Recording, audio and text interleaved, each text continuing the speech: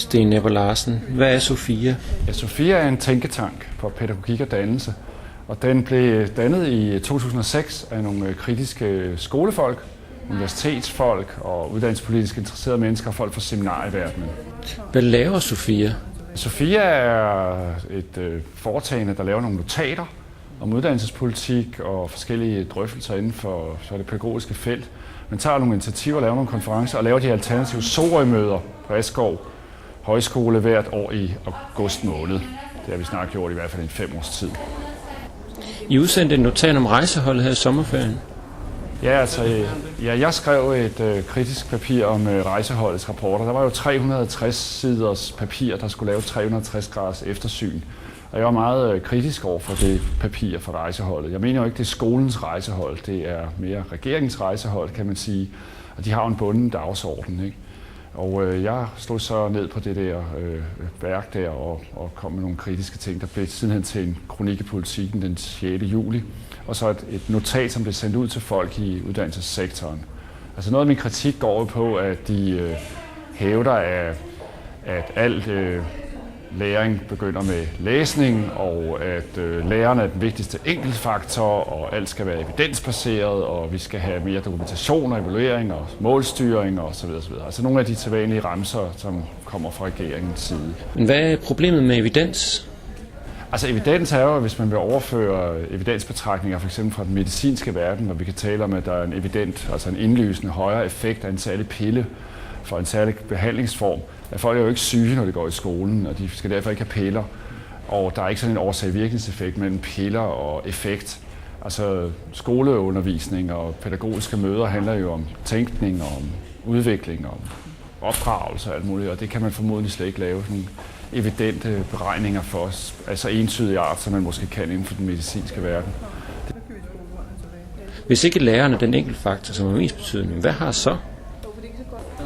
Jamen, jeg tror slet ikke på den der med enkeltfaktorberegning. Jeg mener også, at når rejseholdet er så glade for, og andre også i det politiske spil for tiden er så glade for at tale om, at der er vigtige enkeltfaktorer, er det fordi, når man først har uddannet en faktor, kan man tilskrive den skyld, hvis den ikke virker.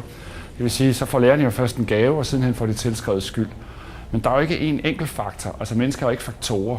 Mennesker er levende af kød og blod, og de er nysgerrige, eller også er de triste, eller også er de optaget, eller også er de depressive, eller også er de slet ikke glade for at gå i skole. Men mennesker er ikke faktorer. Det der sker er jo, at man har også hele konteksten med, når man går i skole. Altså, der er noget med forældre, der er noget med situationen, der er noget med de forventninger, der er fra arbejdsmarkedet. Der er det hele den kulturpolitiske strid omkring skolen, og der er politiske hensyn, der er økonomiske hensyn. Altså, det er ikke sådan en mulighed til at sætte én faktor ud som den vigtige. Man kan lige så godt sige, at elevernes motivation er den vigtigste enkeltfaktor, eller skolens budget er den vigtigste enkeltfaktor i, om man får en ordentlig undervisning. Den der idé med at tage én faktor ud er en meget dårlig tænkning. Du er også lidt kritisk over for, at rejseholdet siger, at læsning er det vigtigste. Jamen altså, det er jo helt utroligt vigtigt, at vi lærer at læse i det her samfund. Jeg elsker selv at læse mange bøger og skrive artikler og debattere med folk, og det er vigtigt at kunne læse, så man bliver en myndig borger. Men ideen om, at vi ikke har kunnet noget tidligere tider, hvis vi ikke har kunne læse, eller mennesker ikke kan noget, hvis de ikke kan læse, er jo løgn, og dem, der snakker på den måde, taler mod bedre vidne. Vi kan fx sige, at børn forstår jo ofte, hvad 1 + 1 er. For eksempel 2, ikke? Lige præcis 2, før de kan læse og skrive. De ved, hvad et symbol er, de kender julemanden, de forstår, hvad angst og had og glæde er, før de kan læse. Og mennesker har jo i kulturhistorien fundet ud af at gå i seng med hinanden, eller gå i høstakken med hinanden, eller på loftet med hinanden, og lavet børn, før de havde seksologiundervisning. De har kunne bygge katedraler, før de gik på arkitektskolen. De har kunne være håndværkere, før de har læst en manual. Så den der idé om, at vi først har kunnet noget, når vi har lært at læse, er jo selvfølgelig løgn. Der er rigtig meget, vi kan, men det betyder jo ikke, at det ikke er vigtigt at lære at læse, og der ikke skal sættes massivt ind på det. Og selvfølgelig er et problem, hvis vi har mange funktionelle analfabeter i Danmark, som nogen jo hævder, vi har flere og flere af. Du skriver i notatet, at rejseholdet producerer blindhed. Hvad mener du med det? Jamen altså, enhver indsigt er jo betalt med blindhed. Altså, hvis man fokuserer på nogle ganske bestemte ting, så er der andre ting, man ikke spørger om. Altså det, som rejseholdet for eksempel ikke spørger om, det er, hvordan man kan opdrage mennesker til at blive myndige borgere med en høj grad af dannelse, en høj grad af glæde, en høj grad af myndighed og en høj grad af kritik. Altså de tænker jo mere på os som sådan nogle funktionelle arbejdsdyr i en arbejdsmaskine, eller folk, der ikke skal koste for mange penge, eller folk, der effektivt ikke skal falde fra og sådan noget. Og alle den slags betragtninger kan selvfølgelig være klare nok, og de har måske deres berettigelse, men de kunne jo have et større ambitiøst mål. Og der synes jeg jo egentlig, at rejseholdets agenter, de ligner lidt også de politiske partier, der jo ikke mere har nogen store visioner. Hverken Socialdemokratiet eller den nuværende regering har jo en eller anden idé om myndige borgere, der er dannet og er egen drift og går på jagt efter viden og indsigt. Der synes jeg, at vi har fået sådan en meget kedelig, lidt regressiv og defensiv uddannelsespolitisk drøftelse, der primært handler om konkurrence og globalisering og sådan noget, men ikke så meget om myndiggørelse og borgere og ordentlig offentlighed og ordentlig tænkning. Du er også ude efter, at rejseholdet fokuserer meget på ledelse, men ikke så meget på selve indholdet af undervisningen.